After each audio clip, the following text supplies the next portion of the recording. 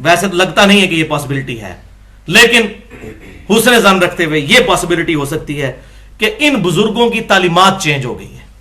ان بزرگوں نے چشتی رسول اللہ نہیں پڑھوایا، انہوں نے اشرف تھانوی رسول اللہ نہیں پڑھوایا، انہوں نے گستاخیاں نہیں کی ہیں، انہوں نے کچھ اور کتابیں لکھی تھیں، کتابیں بعد میں بدل گئی. یہ پاسبلٹی، اس میں بزرگوں کو ایج مل سکتا ہے. لیکن اس کے ساتھ 3 منطقی نتائج پھر بڑے خطرناک ہیں، وہ ماننے کے لیے کوئی تیار ہی نہیں ہوگا. اگر کوئی یہ مانتا ہے کہ بزرگوں کی تعلیمات چینج ہوگی جس طرح انجیل چینج ہو گئی تھی، انجیل بھی تو چینج ہوئی بھی ہے، تو اس سے 3 منطقی انجام پھر ماننے ہوں گے. خالی کھلی یہ دعویٰ نہیں مانیں گے. پہلا یہ ہوگا کہ ان کتابوں کی اشاعت فوراً بند کی جائے اور ان کے سارے نسخے ریٹریو کیے جائیں اور علنان ممبروں پہ کہا جائے کہ یہ فسادی کتابیں ہیں، تبدیل ہوئی بھی، اور ان کو چوک میں رکھ کے آگ لگائی جائے. خالی کہہ کہ جان نہیں چھوٹے گی، کتابوں کے نسخے واپس لیں. دوسری منطقی انجام، پھر لوگوں کو کہیں کہ یار یہ ہم بزرگوں کے پیچھے آپ کو لگایا ہوا تھا، خدا کے لیے اللہ نے حفاظت کا ذمہ لیا ہے قرآن اور حدیث کا، بزرگوں کی کتابوں کی تو کریڈیبلٹی خراب ہوگی. اور یہ جو کہتے ہیں نا جی اچھی بات لے لیں قرآن حدیث والی اور بری چھوڑ دیں، تو اچھی بھی ادھر سے لینے کی ضرورت ہے، وہ پہلے قرآن حدیث میں موجود ہے. کہتے ہیں جی قرآن حدیث کے مطابق ہے تو لے لیں، نہیں ہے تو چھوڑ دیں، تو وہ پہلے ہی قرآن حدیث میں موجود ہے، اس کو ہی کیوں لینا ہے؟ ایسے کر کے کان کیوں پکڑنا ہے؟ گندگی کے ڈھیر سے ہی کیوں چیز نکالنی ہے؟ جب صاف ستھری سبزی آپ کو مل رہی ہے تو گندگی کی ڈھیر پہ کوئی اگا ہوا آلو آپ نے لے کے پکانا ہے؟ یہ بھی فراڈ ہے. جی اچھی لے لیں گے بری چھوڑ دیں گے، نہیں لیں گے تو پبلک کو بتائیں یہ فراڈیا کتابیں تھی، ہم نے آگ لگا دی، ان کے یہ ان بزرگوں کی کتابیں نہیں ہیں، آندھا سے پرنٹنگ بند کی جائے، اور یہ جو حرام خوریاں کر رہے ہیں علماء اس کی بنیاد پر پیسے چھاپ رہے ہیں، اس کو معرفت کی باتیں اور تصوف کی باتیں، جی جس کو مرشد نہ ملے وہ کشف المحجوب پڑھ لے. کشف المحجوب میں حضور کا سکینڈل لکھا ہوا ہے ایک صحابی کی بیوی کے ساتھ، ولیعوذ باللہ تعالی. وہ میں اگلی دفعہ بتاؤں گا اندھا دھند پیروی کے انجام میں. نبی صلی اللہ علیہ وسلم اپنی صحابی کی بیوی پہ نظر پڑی، ان کو پسند آ گئی، بعد میں حضور نے شادی کر لی، ولیعوذ باللہ. یہ ہے جناب مرشد کشف المحجوب. علی بن عثمان اجویری صاحب فوت ہو کے اللہ کے پاس چلے گئے، تھوک کے حساب سے اس نے ظن رکھتا ہوں کہ انہوں نے نہیں لکھا ہوگا، لیکن یہ پچھلے تو مجرم ہیں جو یہ چھاپ رہے ہیں اور یہ تصوف کا سکر اور صاف ثابت کرتے ہیں اس سے، یہ مجرم ہے. اور تیسرا منطقی انجام کے لوگوں کو کہیں گے بھائیو ہمارا لیڈر کوئی مولوی نہیں، کوئی بزرگ نہیں، ہمارا لیڈر امام کائنات سید الاولین والآخرین شفیع المذنبین رحمت للعالمین سیدنا و مولانا امام اعظم محمد رسول اللہ صلی اللہ علیہ وآلہ وسلم، جن کے بارے میں کیٹاگوریکل مینشن ہے ما ضل صاحبکم وما غوا، تمہارے نبی نہ کبھی بہکے ہیں نہ کبھی بہرا چلے ہیں، اس کے علاوہ کوئی بندہ بھی گمراہ ہو سکتا ہے. ہم کسی کے بارے میں شورٹی نہیں دے سکتے کہ وہ حق پر تھا، حسن ظن نہیں رکھ سکتے ہیں. صحابہ کرام علیہم رضوان یا اہل بیت کے بعد اللہ تعالیٰ سے دعا ہے جو حق بات میں نے کہی ہمارے دلوں میں راسخ فرمائے. اگر جذبات میں میرے منہ سے کوئی غلط بات نکل گئی تو اللہ تعالیٰ ہمارے دلوں سے معاف کر دے. ہمیں کتاب و سنت کی تعلیمات پر عمل کر کے دوسرے بھائیوں تک پہنچانے کی توفیق عطا فرمائے. اور بھائیوں جہاں یہاں جتنے کوئی 80 90 یا 100 کے قریب لوگ بیٹھے ہوئے ہیں، اس دعوت کو عام کریں اور اگلی دفعہ مزید لوگوں کو دعوت دے کر وہ اینٹی وینم کے لیے لوگوں کو لے کر آئیں تاکہ لوگوں کو بتایا جائے. الحمدللہ انڈیا پاکستان میں جو گمراہی اس وقت پھیل چکی ہے، اس وقت اس کا علاج ہی اینٹی وینم ہے. اینٹی وینم کے بعد انہوں نے قرآن و سنت کو ماننا شروع کرنا ہے. سبحانک اللہم و بحمدک اشہد ان لا الہ الا انت استغفرک و اتوب الیک وما علینا الا البلاغ المبین.